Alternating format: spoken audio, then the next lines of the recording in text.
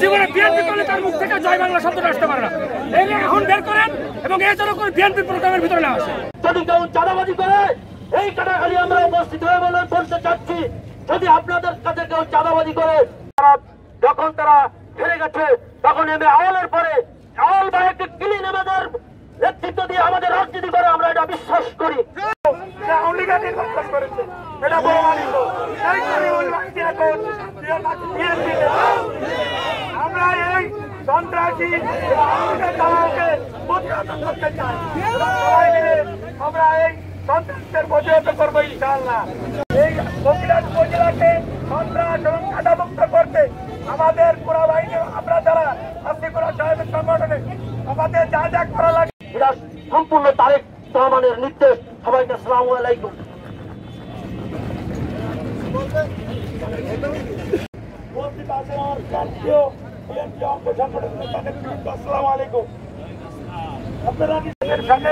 আমাদের প্যানেল নিরঙ্কুশ ভাবে সংখ্যাগরিষ্ঠতা লাভ করে। 7 নম্বর ওয়ার্ডে আমাদের সংগঠন, আমাদের গোরাবাইয়ের প্যানেল সভাপতি পদে বিজয়ী হন এবং কারিম সাহেবের সাধারণ সম্পাদক এবং সাংগঠনিক পদে নির্বাচিত হন। ফলাফল ঘোষণা হয়। নির্বাচন কমিশন ফলাফল ঘোষণার পরে যখন ব্যালট বাক্স নিয়ে বাইরে বের হয়, পলাশ বাহিনী, সন্ত্রাসী বাহিনী সেই ব্যালট বাক্স কিনে নিতে উদ্যত হয়।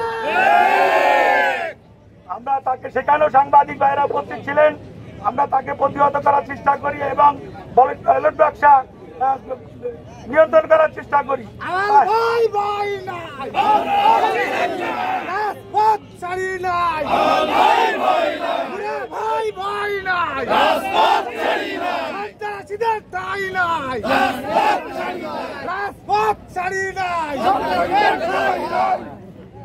তারপর আবার পর অতর্কিত ব্যালট বাহিনী হামলা করে সেই ব্যালট বাক্স চিন্তায় প্রতিহত করতে গেলে।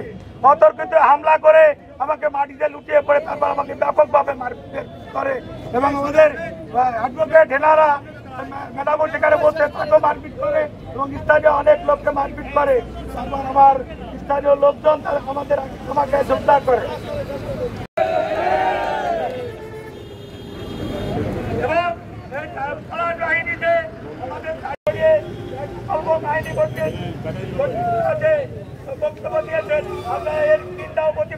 যার কারণে আমাদের এই মানববন্ধন। সবাইকে ধন্যবাদ। জয় বাংলা।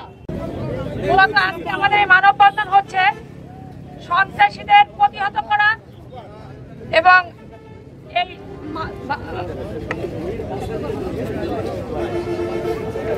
সম্প্রতি 9 তারিখে সুবদী ইউনিয়নে নির্বাচনকে কেন্দ্র করে যে ঘটনা হয়েছিল, 7 নম্বর ওয়ার্ডে নির্বাচনের ফলাফলের পরে সেখানে যে উদ্ভূত পরিস্থিতি হয়,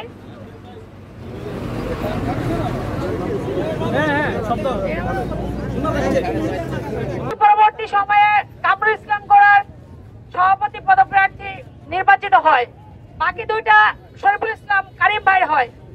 এই ঘটনাকে কেন্দ্র করে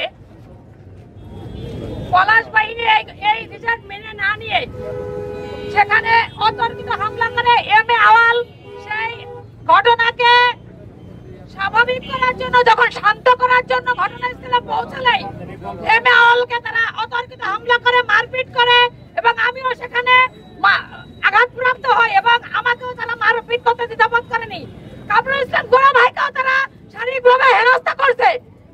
এই ঘটনার জের ধরে কাটাখালীতে এই নিকারি শরীফুল ভাই কাটাখালীতে আমাদের শহীদ ভাইকে মারপিট করে, সে বর্তমানে হাসপাতালে আছে। আমি এই ঘটনার তীব্র নিন্দা ও প্রতিবাদ জানাই, যার কারণে আমাদের এই মানববন্ধন। সবাইকে ধন্যবাদ। জয় বাংলা।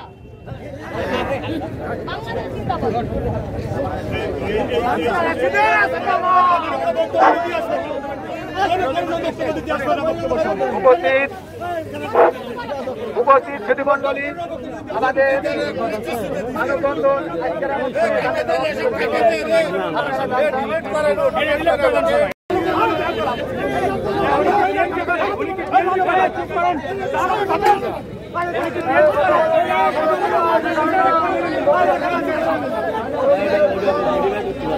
জীবনে বিএনপি করলে তার মুখ থেকে জয় বাংলা শব্দটা আসতে পারে না। এরা এখন বের করেন এবং এই জন্য বিএনপি প্রোগ্রামের ভিতরে না আসে।